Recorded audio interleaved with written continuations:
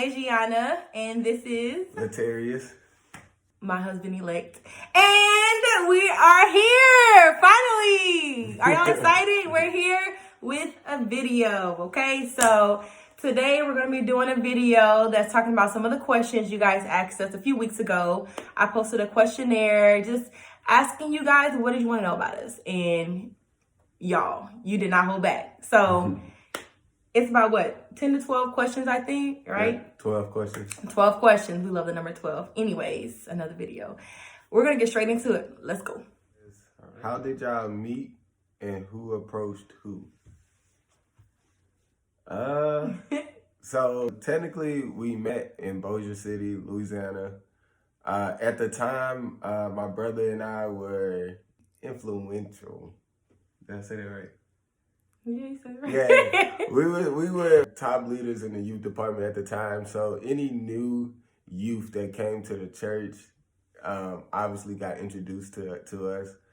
But this just happened to be one case where, you know, I kind of wanted to take the lead on the introduction, if you know what I mean. So being that she was the new girl at church, technically, I would say I kind of took like the whole I approach you first type of thing, right? Right? No. All right. So let me tell y'all, because he's going to try to tell. Okay. So basically, long story short, I was new to the area. My aunt attended this church that she got married in. When I went to this church, I mean, I don't know about you guys, but I wasn't used to seeing like youth praise the Lord and like really actively participate. When I finally decided to start attending this church, I think it was a Wednesday night service. Did you say that? No, I didn't. It was a Wednesday night service that I came to. I mean, fresh out from school, we had uniforms. We had to wear uniforms back then. So I had on this. Oh, I'll tell it. So the first day I seen her in the church, she had micro braids in her head. I love braids.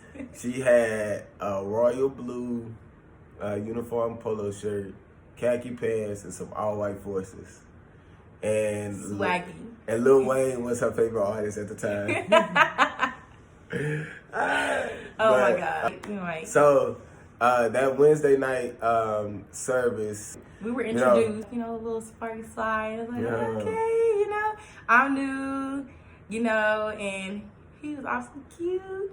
And he had a twin. So if you guys don't know, we're going to insert his twin up here so you can see he is a twin. And, Jay, he was so active. Like, he just was everywhere. Like, he just going. Like, he has, like, this hyper personality. And he was, like, kind of, like, opposite. Like, he was, like, really chill. You really didn't hear too much from him. So I think that's what kind of, like, initially got me noticing him. Because, I mean, you notice both of them. Because, obviously, you can't miss twins, right, in this church. And then one act completely different than the other. And, I just kind of like was feeling his vibes. And so, yeah, I think, I'm not going to say you're the reason why I started coming to church more. But seeing all of these things kind of like provoked me into, okay, maybe I should like, get a little more active in this church. And I decided to officially join the youth choir. And it started from there. So that's obviously how we got to get to know each other a little better. And we would make it our business to sit next to each other. I was a soprano.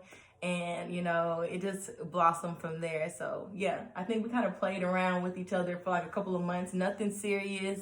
We weren't even talking. Like, I think I got on him. Like, it's like, hey, like, you still like text me kind of thing. And he's like, I did. He swears up and down, guys, to this day that he texted me. And I swear he didn't. I did.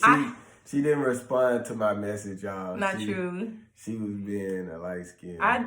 I'm not even light skinned. Yeah.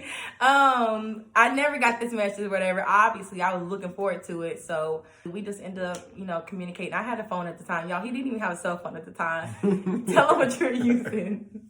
Tell him what you were using. I had to use the one cell phone my parents had at the time.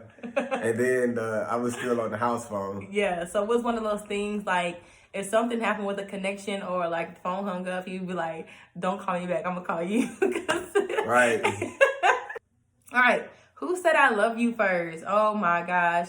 All right, guys, I did. Yeah, I did. So she said it first, but she wouldn't admit it for a long time. She actually said I love you first one night late on the phone. Tried to play like she was sleepy, but she knew what she said.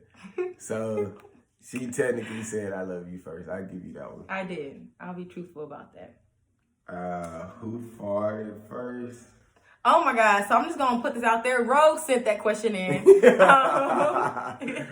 Rogue, what? Okay, but yeah, definitely not me. It was him. I was scared to eat around him, so I definitely was not passing gas around him. So of course it was him. All right. So what was your favorite date he took you on? Ooh, this is so interesting. Okay, it's gonna sound really. If we're talking about when we were dating, when we were younger, I mean, keep in mind, guys, we were super young. I had just turned 15 and he was 13. So that sounds bad, but I literally just turned 15. We're like a year and a couple of months apart. I remember in the beginning, like his parents were so strict. Hey, mama and daddy, I love y'all. But they were so strict. So like we couldn't do things that we seen like the normal teenagers and, you know, couples of the age doing. We wanted to go to the boardwalk. We just wanted to like go on dates like that, like go to IHOP. Like that was classy to us. IHOP. I mean, no shade to IHOP. I love some IHOP, and watch a movie and stuff, but we couldn't do that. So when we finally got the chance to do things like that, that was my favorite date, is when we went to go watch the movie, and then we went to like IHOP afterwards and ate those chicken strips. We were just talking, and I'm like thinking like, man, like we're on a date, like this is my boyfriend, even though we had been dating for so long before then, but it kind of like felt real. So and he initiated it. He like wanted to take me out so bad.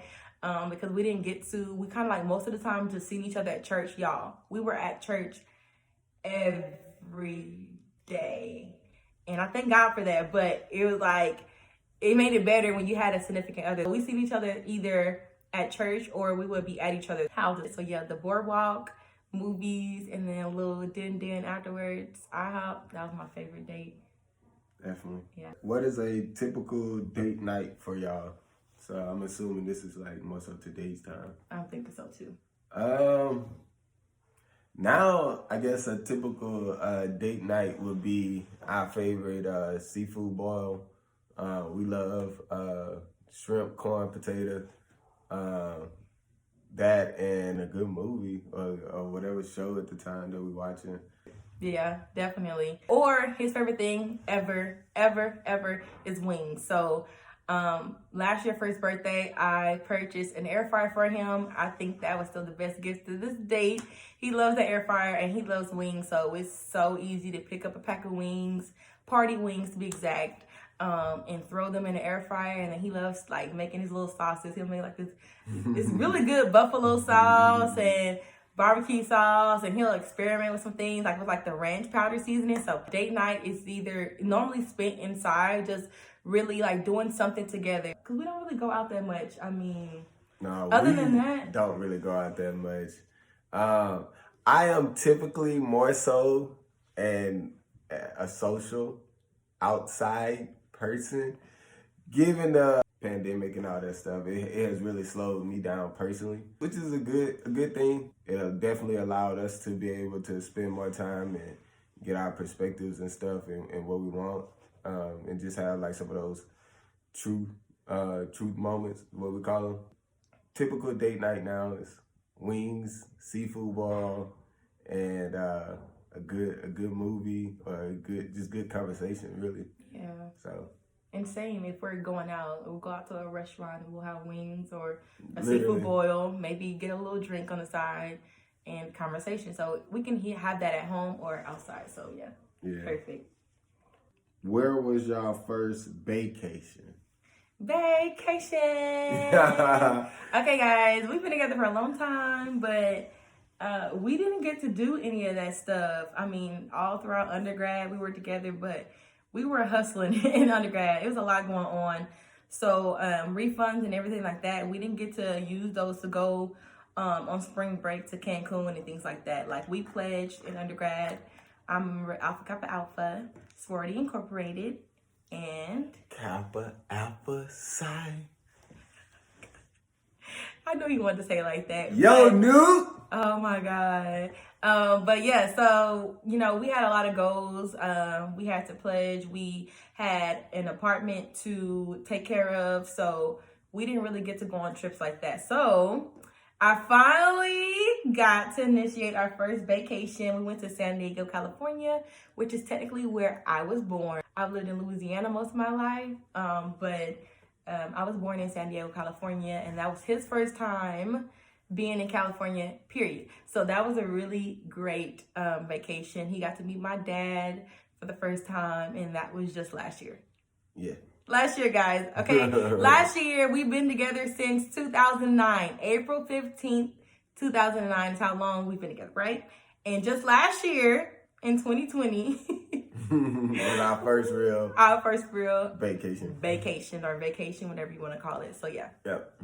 Was San Diego, California. Amazing. We're going back. We love it. Yeah. We're gonna live there. Watch.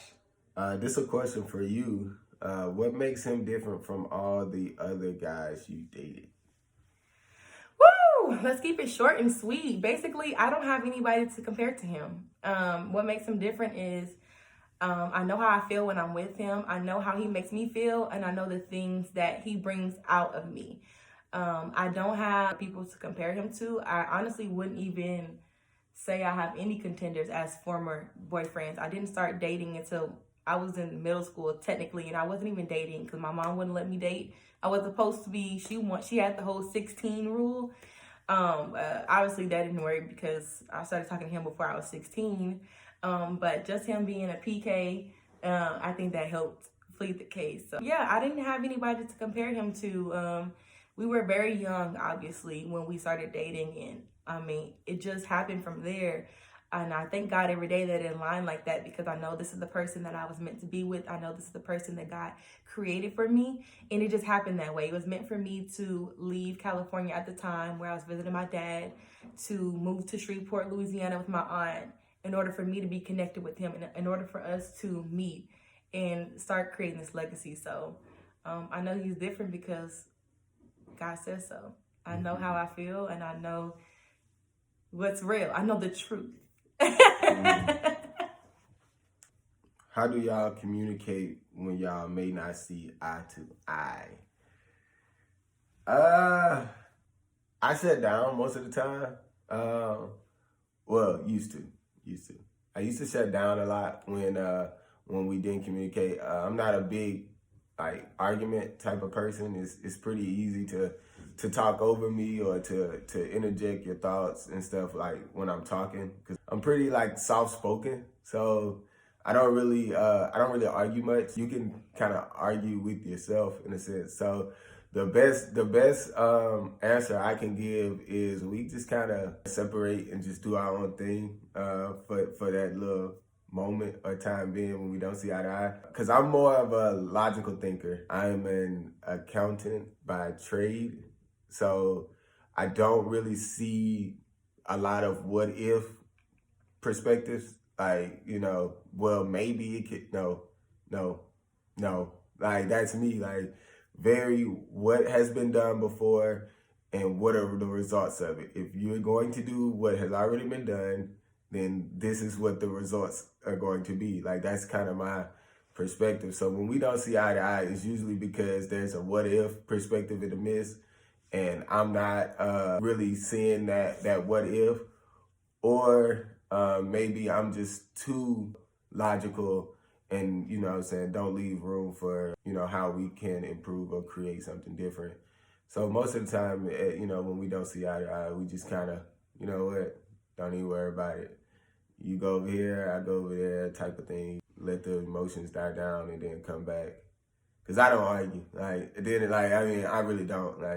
And friends, family can tell you, Pounce don't really argue much. So. I mean, hey, what can I say after that? That was a good explanation. No, he was definitely right. I agree with everything he said.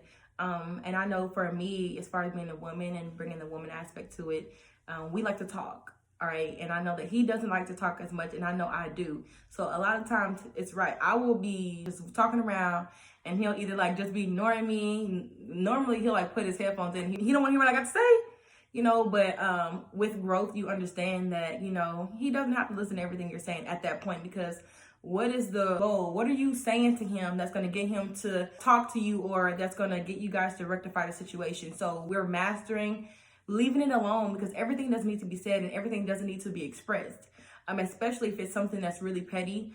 So we're both learning as individuals coming together how to respect each other's space and boundaries, and knowing that we have trigger points, okay? If I'm noticing some of his trigger points, let's not, you know, trot on that area, and vice versa. And we're working on it. It's still a work in progress, because at the same time, if you're really mad and you know somebody's trigger points, what do you want to do? You want to poke it. So it's like just controlling yourselves and having respect for one another pretty much is it. So yeah. Yeah. Was there a time y'all thought y'all relationship was really over? Ooh, that is a great question. Shout out to you for asking that question. That was a really good one. And the answer is